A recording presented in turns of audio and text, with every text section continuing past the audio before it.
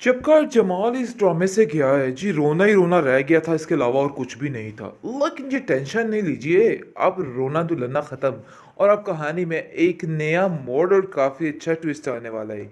क्योंकि अब अज़रा बताने वाली है कि आखिर अज़रा है क्या चीज़ और अज़रा से पंगा लेना कितना मुश्किल और कितना भारी पड़ सकता है। अरे उस वक़्त तो हमारी अज़रा परेशान थी, इस वज़ह से ज़रा डगमगा गई।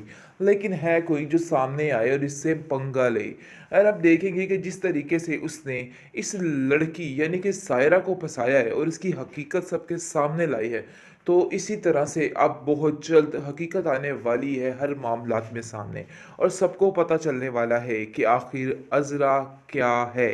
खैर आपको बताते चले जी, बहुत ज़्यादा परेशान हो चुकी है अस्मा और कहती है चलो बुटीक तो हमने ले ही ली, लेकिन अब घर का क्या होगा? जिस पर वो उसको समझाती है अगर बुटीक हमें मिल गई है भाई, घर भी मिल जाएगा, अब तो बहुत आसान हो गया। अब तो अच्छा भला इन पर केस हो सकता है लूट मार का, कि ये लोग लूट मार करने के लिए आए थे और सारा कुछ हाथ हथिया के चले गए, इसलिए परेशान नहीं होना है, बड़ी हिम्मत से काम लेना है। इस तरह परेशान होकर अगर काम करेंगे तो मामला काफ़ी ज़्यादा ख़राब हो जाएगा, इसलिए परेशान बिल्कुल भी नहीं होना है, उसको बहुत हौसला देती है। दूसरी तरफ आप देखेंगे कि इसमा कहती है कि भाभी अगर आप मेरा साथ ना देती तो मैं आज यहाँ तक नहीं पहुँचती, मेरे साथ तो बहुत बुरा होता। मुझे तो कुछ समझ नहीं आ रही थी मैं क्या करूं, लेकिन आपके साथ की वजह से आज मुझे अंदाज़ा हो गया है कि आखिर कुछ भी होने को हो सकता है। ये लोग चाहे लाख चाले चले, लाख कोशिशें करें, लेकिन इन लोगों का कुछ भी नहीं बन सकना। यानी कि झूठ हमेशा झूठ ही रहता है। लेकिन नज़रा कहती है कि चाहे जो मर्ज़ी हो जाए, मेरे पास तो कुछ भी नहीं रहा, मैं चाहे जो मर्ज़ी हासिल कर लूँ, लेकिन फिर भी ऐसा लग रहा है कि मैं सिर्फ़ और सिर्फ़ खाली हाथ हूँ। इस पर फ़रत उसको तसल्ली देती है और कहती है कैसी बातें कर रही हैं, हम सब आपके साथ हैं, परेशान मत होइए और ऐसा मत लेकिन जड़ सोचिए। है उसको काटना बाकी है। अनकरीब ही आप लोगों का वो हश्र करूँगी कि आप लोग याद रखेंगे। यानी कि अज़रा जो है वो भी अब साफ साफ लफ्ज़ों में ये बात कहने पे तैयार हो गई है और जाकर कहती है कि फूफू बेगम अब आप जहन में रखिएगा कि अब आपकी बारी है। ये घर क्या हर चीज़ अपने हाथों में हम दोबारा करने वाले हैं। जिसको सुनकर वो कहती है कि मुझे तो ऐसा लगता है कि आशी तू भी इनके साथ मिली हुई है। आखिर तुम चाहती क्या हो? क्यों तुम उसके पीछे आगे घूमती हो? तुम नहीं जानती कि उन लोगों ने हमारे साथ क्या किया है, लेकिन फिर भी तुम अभी तक उन लोगों के ही गुन गा रही हो। मुझे तो हैरत हो रही है तुम पे, आखिर तुम ऐसा कैसे कर सकती हो? जिसको सुनकर जी आप देखेंगे कि वो कहती है कि आप लोगों ने जो कुछ किया है वो आपको भुगतना तो होगा, आप लोगों के सामने ज़रूर आएगा। क्योंकि अज़रा ये बात बड़े अच्छे तरीके से जानती थी कि इन लोगों की दुखती रग पर कैसे हाथ रखना है और क्या करना है। ये उसका पहला निशाना था कि जो कि काफ़ी हद तक कामयाब रहा। लेकिन अब एक ऐसा और आखिरी निशाना करेगी जिस पर सब कुछ उसके हाथ में होगा। फ़िलहाल तो वो सोच रही है कि अब अगला निशाना कौन सा लगाए कि सारा कुछ हथिया ले। लेकिन ये बड़ी सख्त परेशान हो चुकी है क्योंकि वो समझ रही है कि अब सब कुछ हासिल कर भी लेगी तो फिर भी सिर्फ़ और सिर्फ खाली रहेगी। इसके अलावा उसको कुछ भी हासिल नहीं होने वाला है। लेकिन फिर भी सबकी खातिर उसको ये सब कुछ करना ही है। अपने घर वालों की खुशी की खातिर वो खामोश हो जाती है और सोचती है कि बस अब बहुत जल्द ये सारा कुछ फिर से हम सबका होगा और हम सब एक ही छत के तले होंगे और ये सारा कुछ सिर्फ़ और सिर्फ इस अज़रा की वजह से हुआ है और ये ही इस बात की डर है कि इसको बताया जाए कि इसने ही सब कुछ किया है। दूसरे नंबर पे अस्मा इसकी काफ़ी तारीफ़ करती है और कहती है कि अगर आप मेरा साथ ना देती तो कुछ भी मुमकिन नहीं था, आज जो कुछ भी हुआ सिर्फ आपकी वजह से। ले भाई, मानने वाली बात है कि अज़रा हमारी पुरानी खिलाड़ी है और वो अपनी बात मनवा कर ही रही। क्योंकि जितने मर्जी ये लोग पापड़ बेलते रहे, लेकिन अज़रा की भी एक ही कहानी थी, इन लोगों को तो मैं मज़ा चखा कर ही रहूँगी।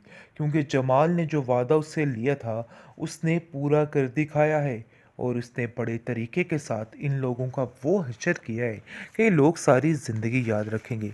सायरा जो कि अपनी ज़िंदगी में बहुत कुछ अपने आप को समझने लगी थी, पता नहीं सोने की चेन पहन के क्या बन रही थी और इधर उधर घूम रही थी, लेकिन वो ये नहीं जानती थी कि अज़रा के आगे इसकी सारी चालें नाकाम है और इसकी माँ जो कि बड़ी ही होशियार और बड़ी ही चालाक औरत बन रही थी।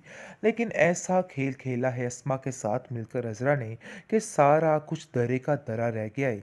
अब सायरा माफ़ी तलाफ़ियों पे आ जाएगी और कहेगी कि मुझे माफ़ कर दो इज़रा, मैंने तुमसे पंगा लेके अच्छा नहीं किया है। जिस पर अब देखेंगे कि इज़रा कहती है कि मेरे से पंगा लेना बहुत ही गलत था और इस चीज़ का शायद तुम्हें अंदाज़ा नहीं था। लेकिन दूसरी तरफ उसकी माँ वहाँ पे पहुँच जाती है और इज़रा को कहती है कि अरे भाई देखो तुमने क्या हरकत की है।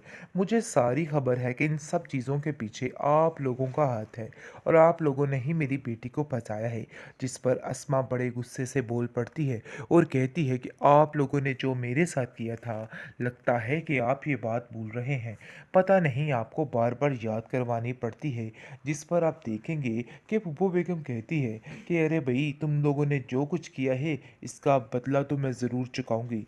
बस ये बात तो तय है, अज़रा तुम्हारा वो हश्र करूंगी कि तुम याद रखोगी। जिस पर अज़रा रोने लग जाती है और कहती है कि आप लोगों ने जितना हमें तंग करना था कर लिया, अब हम आपकी बातों में नहीं आएंगे। हमारे घर की सब परेशानियों की जड़ आप ही हैं। एक जड़ तो ख़त्म हो चुकी है, लेकिन जो मेन जड़ है उसको काटना बाकी है।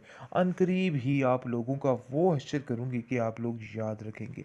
यानी कि अज़रा जो है वो भी अब साफ साफ लफ्ज़ों में ये बात कहने पे तैयार हो गई है और जाकर कहती है कि पुप्पो बेगम अब आप ज़हन में रखिएगा कि अब आपकी बारी है। ये घर क्या हर चीज़ अपने हाथों में हम दोबारा करने वाले हैं। जिसको सुनकर वो कहती है कि मुझे तो ऐसा लगता है कि आशी तू भी इनके साथ मिली हुई है। आखिर तुम चाहती क्या हो? क्यों तुम उसके पीछे आगे घूमती हो? तुम नहीं जानती कि उन लोगों ने हमारे साथ क्या किया है, लेकिन फिर भी तुम अभी तक उन लोगों के ही गुन गा रही हो। मुझे तो हैरत हो रही है तुम पे, आखिर तुम ऐसा कैसे कर सकती हो? जिसको सुनकर जी आप देखेंगे कि वो कहती है कि आप लोगों ने जो कुछ किया है वो आपको भुगतना तो होगा, आप लोगों के सामने ज़रूर आएगा। क्योंकि अज़रा ये बात बड़े अच्छे तरीके से जानती थी कि इन लोगों की दुखती रग पर कैसे हाथ रखना है और क्या करना है। ये उसका पहला निशाना था कि जो कि काफ़ी हद तक कामयाब रहा। लेकिन अब एक ऐसा और आखिरी निशाना करेगी जिस पर सब कुछ उसके हाथ में होगा। फिलहाल तो वो सोच रही है कि अब अगला निशाना कौन सा लगाए कि सारा कुछ हथिया ले। लेकिन ये बड़ी सख्त परेशान हो चुकी है क्योंकि वो समझ रही है कि अब सब कुछ हासिल कर भी लेगी तो फिर भी सिर्फ और सिर्फ खाली रहेगी। इसके अलावा उसको कुछ भी हासिल नहीं होने वाला है। लेकिन फिर भी सबकी खातिर उसको ये सब कुछ करना ही है। अपने घर वालों की खुशी की खातिर वो खामोश हो जाती है और सोचती है कि बस अब बहुत जल्द ये सारा कुछ फिर से हम सबका होगा और हम सब एक ही छत के तले होंगे। और ये सारा कुछ सिर्फ और सिर्फ इस अज़रा की वजह से हुआ है और ये ही इस बात की डर है कि इसको बताया जाए कि इसने ही सब कुछ किया है। दूसरे नंबर पे अस्मा इसकी काफ़ी तारीफ़ करती है और कहती है कि अगर आप मेरा साथ ना देती तो कुछ भी मुमकिन नहीं था। आज जो कुछ भी हुआ